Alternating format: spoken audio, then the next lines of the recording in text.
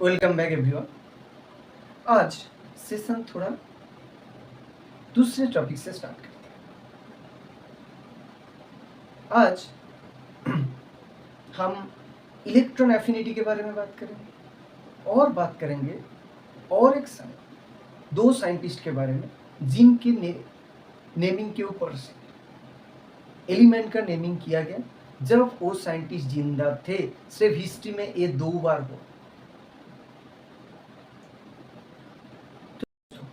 कौन सा ऐसा एलिमेंट है जिसका नेम साइंटिस्ट के नेमिंग के ऊपर किया गया जब वो जिंदा थे। एक है सीबर्जियम जिसका नेम साइंटिस्ट ग्लेन सीबर्ग के ऊपर किया गया जब वो जिंदा थे। Unfortunately he is dead by now. Okay, 1999 में उसका डेथ हो गया। एंड दूसरा कौन है? दूसरा है रशियन फिजिस्ट यूरी ऑगनासन। उसके ऊपर ऑगनासन नेमिंग किया गया। ऑगनासियन के ऊपर ऑगनासन नेमिंग किया गया। तो ये दो साइंटिस्ट जब जिंदा थे, यूरी ऑगनासन अभी भी जिंदा है। तो ये दो साइंटिस्ट जब जिंदा थे उस टाइम उनके नेमिंग के लेके एलिमेंट का नेमिंग किया गया। Okay,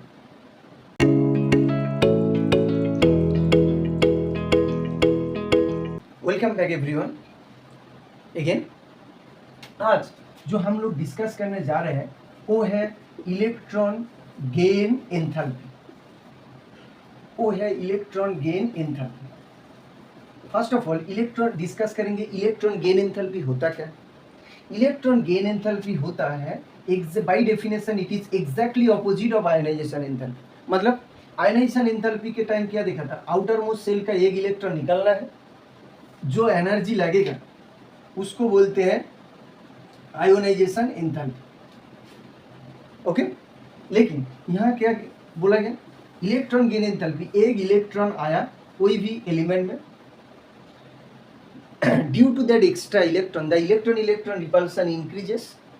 okay, so to stabilize the electron, to stabilize the extra electron, जो एक्स्ट्रा एनर्जी रिलीज होगा उसको बोलते हैं इलेक्ट्रॉन गेन एंथैल्पी। आज हम लोग इसके बारे में डिस्कस करें। तो इसके बारे में डिस्कस करने से पहले हम लोग ये डिस्कस कर लेते ये कौन सा फैक्टर के ऊपर डिपेंड करते हैं।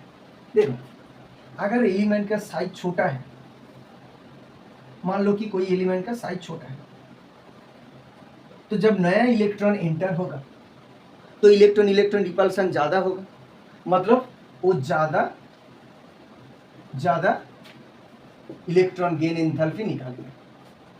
लेकिन अगर कोई एलिमेंट का साइज बड़ा है तो न्यू इलेक्ट्रॉन जब एंटर करेगा तो इलेक्ट्रॉन रिपल्सन कम होगा, क्योंकि उसका इलेक्ट्रॉन का डिस्टेंस बहुत ज़्यादा है, तो कम एनर्जी रिलीज करेगा। Okay, now another one factor के ऊपर डिपेंड करते हैं, क्या? वो है पेनिट्रेशन पावर। देखो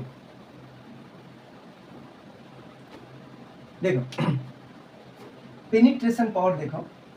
एस ऑर्बिटल क्या होता है? न्यूक्लियस के बहुत पास रहते हैं, then p, then d, then f orbital. Okay, so एक इलेक्ट्रॉन अगर एस ऑर्बिटल में आए तो ज्यादा इलेक्ट्रॉन रिलीज होगा, then p, then d, then f orbital. Okay, अभी across the period general discussion कर लेते हैं। अक्रॉस द पीरियड क्या होता है? अक्रॉस द पीरियड क्या होता है? एटम साइज डिक्रीज करते हैं। Due to decrease of atomic size electron gain enthalpy क्या होता है?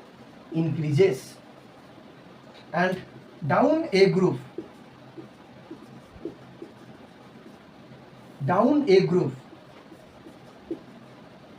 एटम साइज इंक्रीज होता है,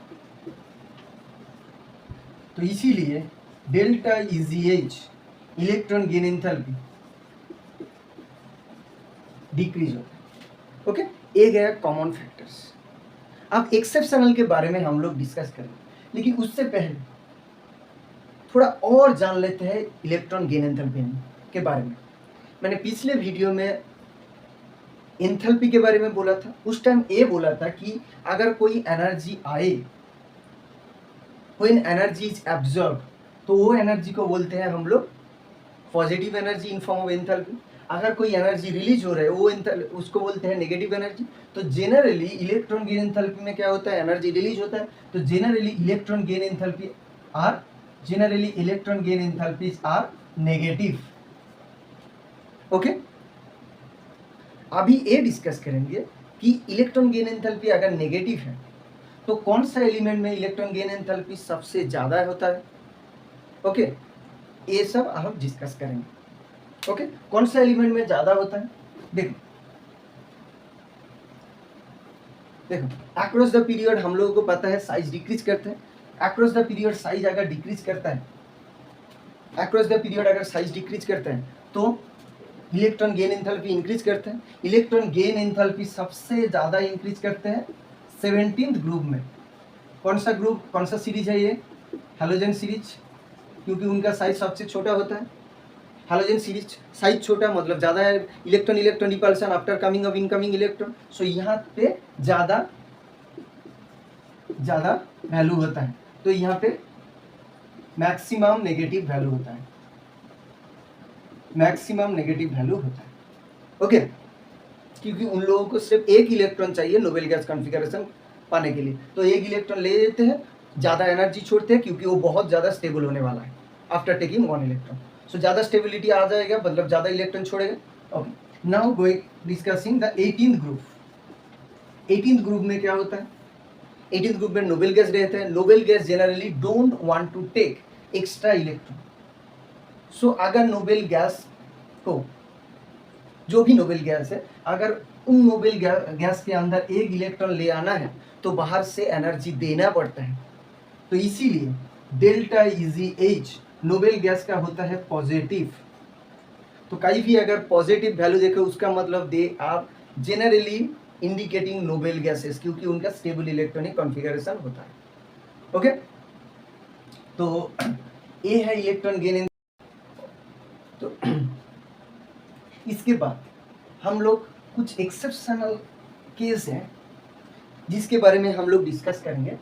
फर्स्ट ऑफ ऑल देखो, अक्रॉस द पीरियड साइज छोटा है तो इलेक्ट्रॉन गेन एंथैल्पी बढ़ता है। लेकिन मान लो कि बेरिलियम एंड बोरोन, बेरिलियम में क्या है 2s2, बोरोन में क्या है 2s2 2p1। जनरली होता क्या है, स्टेबिलिटी की वजह से ये एक्स्ट्रा इलेक्ट्रॉन लेना नहीं चाहता, तो अगर इनको एक्स्ट्रा इलेक्ट्रॉन लेना है तो एक्स्ट्रा एनर्जी लेता है बाहर से। जितना एनर्जी लेता है ऑलमोस्ट आफ्टर टेकिंग इलेक्ट्रॉन उतना एनर्जी छोड़ता है।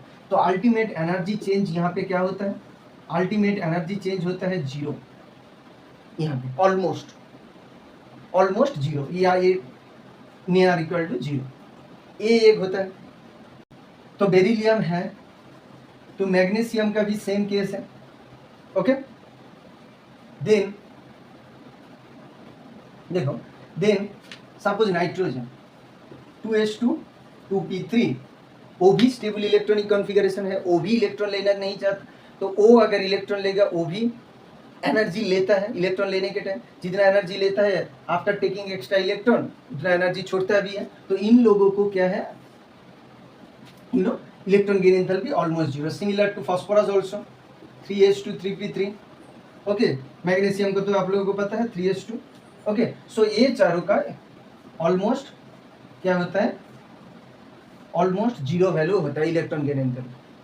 ओके, इसके अलावा और एक जगह में एक्सेप्शन है, वो क्या है देखो, वो है फ्लोरीन एंड क्लोरीन के बीच।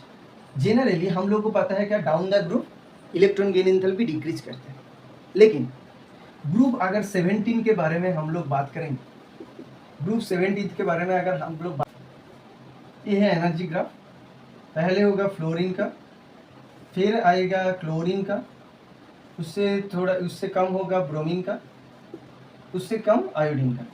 तो ऐसा क्यों होता है, क्यों क्लोरीन का इलेक्ट्रॉन गेन एंथैल्पी फ्लोरीन से ज़्यादा होता है, वो समझने के लिए हम लोग को देखना पड़ेगा फ्लोरीन का पोजीशन। फ्लोरीन बैठा कहाँ है? ग्रुप 17 का टॉप में, उसके बाद क्लोरीन बैठा है। देखो फ्लोरीन ग्रुप 17 का टॉप, आप लोगों को पता है क्या? Across the period size decreases, down the group size increases. तो फ्लोरीन का साइज बहुत ही छोटा है। तो due to very small size and due to extreme electron electron repulsion, the incoming electron does not feel mass attraction. जो electron आता है वो ज़्यादा अट्रैक्शन फोर्स नहीं पाते, इसीलिए फ्लोरीन में एक्स्ट्रा इलेक्ट्रॉन आने से ज़्यादा एनर्जी नहीं दे पाते। ओके, तो इसीलिए फ्लोरीन का कम होता है। आफ्टर दैट क्लोरीन का वो नॉर्मल होता है। Okay, takes electron, after that electron electron repulsion happens, releases some energy. Then bromine का साइज बहुत बढ़ गया तो कम एनर्जी निकलते हैं क्योंकि इलेक्ट्रॉन इलेक्ट्रॉन रिपल्सन यहाँ कम हो गया, स्टेबिलिटी कम हो गया। ओके, तो ये होता है। ये सिमिलर ग्रुप 17 की तरह है ग्रुप 16 भी। ग्रुप 16 भी, वहाँ पे भी ऑक्सीजन का इलेक्ट्रॉन गेन एंथैल्पी कम होता है सल्फर से, लेकिन ज़्यादा होता है सेलेरियम से, देन टेलुरियम से, देन पोलोनियम से। ओके, तो ये हो गया। और एक चीज़ें इसके यहाँ से और एक चीज़ें आ सकते हैं, वो क्या है? वो है लाइक आयोनाइजेशन एंथैल्पी। यहाँ भी है successive electron gain enthalpy. Successive electron gain enthalpy मतलब सपोज मान लो कि ऑक्सीजन फर्स्ट इलेक्ट्रॉन लिया, फर्स्ट इलेक्ट्रॉन लेने से वो O माइनस हुआ, एनर्जी रिलीज किया, डेल्टा EgH एनर्जी रिलीज किया। Then O minus delta EgH 1, then O minus क्या करते हैं? सेकेंड इलेक्ट्रॉन ले सकते हैं, तो होता है O2 माइनस। जो एनर्जी रिलीज करते हैं वो होता है डेल्टा EgH2। नाउ ये डेल्टा EgH1 डेल्टा EgH2 के बीच रिलेशन क्या है, ये हम डिस्कस करते हैं। डेल्टा EgH1 डेल्टा EgH2 के बीच रिलेशन क्या है? देखो, इसको समझने के लिए पहले यहाँ पे होता क्या है ये देखना पड़ेगा। देखो, ऑक्सीजन एक इलेक्ट्रॉन लिया, साइज इंक्रीज हुआ, एंड उसके साथ साथ ये एक एनायन बन गया, नेगेटिव चार्ज क्लाउड बन गया। तो देखो, अभी जब एक negative charge cloud extra electron लेगा तो इलेक्ट्रॉन इलेक्ट्रॉन रिपल्सन ज़्यादा होगा। इलेक्ट्रॉन इलेक्ट्रॉन रिपल्सन ज़्यादा होने की वजह से ये जो हम इंफॉर्मेशन लिख रहे हैं ये सही नहीं होगा, एनर्जी रिलीज नहीं होगा। Generally they will take energy. Okay, मतलब नेगेटिव चार्ज एंड इलेक्ट्रॉन के बीच जब रिपल्सन होगा तो इलेक्ट्रॉन एंटर नहीं कर पाएगा, तो तुमको बाहर से एनर्जी दे के इलेक्ट्रॉन को एंटर करवाना पड़ेगा। तो इसीलिए डेल्टा EgH1 जनरली नेगेटिव होता है, बट डेल्टा EgH2 जनरली होता है पॉजिटिव, बिकॉज एनर्जी देना पड़ता है जब ऑलरेडी एक एनायनिक फॉर्म में है। ओके, तो ये सब क्वेश्चन आ सकते हैं। ओके, तो hope you understand the electron gain enthalpy. Okay, in next video we will discuss इनके ऊपर जो MCQ आते हैं वो डिस्कस करेंगे। MCQ MSQ जो भी आते हैं, जॉइंट में नीट में जो क्वेश्चन आते हैं वो हम डिस्कस करेंगे। ओके, सब्सक्राइब करना मत भूलना चैनल को। अगर वीडियो अच्छा लगे तो लाइक कमेंट करना भी मत भूलना। Thank you.